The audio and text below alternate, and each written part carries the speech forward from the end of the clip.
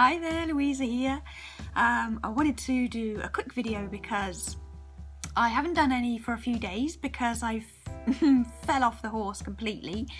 Actually, I fell off the horse and then went under its hooves and got trampled on and then got run over by the wagon that it was pulling. I was just completely flattened, really. I think it's only been 6 months since I've been in this whole underworld, really, and I think it all caught up with me at last and just hit me between the eyes, really. So I wanted to do a video about saying it's okay not to be okay sometimes. I get asked so often, how am I so positive all the time? And the answer is I'm not always. I am human. There are days when you can't not register what everything's happening. It's a big thing that you're going through, and you can't not register it all and go through the emotions. You have to go through it to be able to come out the other side properly. But as there's a song I think that says it's all right to look back but don't stare. It's my main thing about staying positive is how to focus on it. You can choose what to focus on.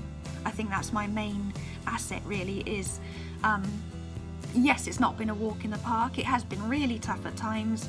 The morale, the strength of sort of morale you need to get through it all and to see your family going through it, to keep them going sometimes. I know people will say, oh, you need to go through your own thing, but you've got to keep everyone together around you sometimes as well. And it's what you choose to focus on is where you get your strength from. It's if you focus on the negatives, you'll find more negatives. But if you choose to focus on the gratitude and love and positives around you, you'll bring more of that around as well. There's a part of your brain called a reticular cortex, and it picks out of your world, it picks out what you tell it is important. So, for example, when you decide to buy a certain type of car, like a red sports car or something, all of a sudden, that's all you see. You're coming up to a roundabout, there's a red sports car. You come in along the motorway, there's a red sports car. Oh, they're everywhere, they're so common.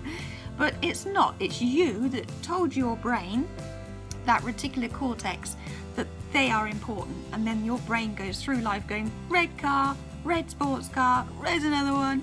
And it's like having a big bouncer in your brain. You get bombarded with so many images and adverts and things and children whining all day long that your brain just needs to filter a lot of it out. So it's like having a big bouncer in your brain going, you come in, you can get in, you can't, you can get in, no you can't, and things like that. So a lot of things get filtered out. So if you tell your brain that the positive things are important, then it will start picking out the things that you're grateful for and picking out the things that make you happy. But if you choose, it's all about, that's where your power is, of what you choose to do.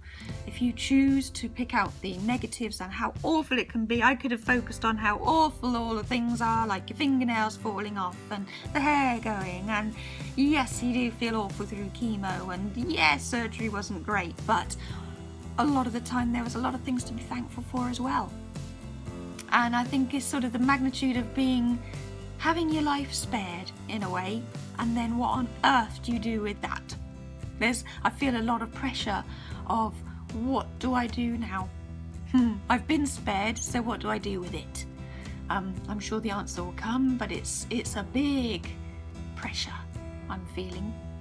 So yeah, just choosing what to be thankful for and grateful for, and what you think about, you bring about. So it's not like I sat around thinking about cancer and therefore brought it around, but when this did hit, it's what I chose to focus on is then reflects the rest of how the rest of my approach to life happens. So yeah, I just wanted to talk about that today, really. Just a quick one of even though cancer comes along and wipes out all of your normal daily life, you still have the power of choice of how you can approach it and receive it and deal with it, because that never changes. You always have your choices. So I shall see you in the next one. Take care.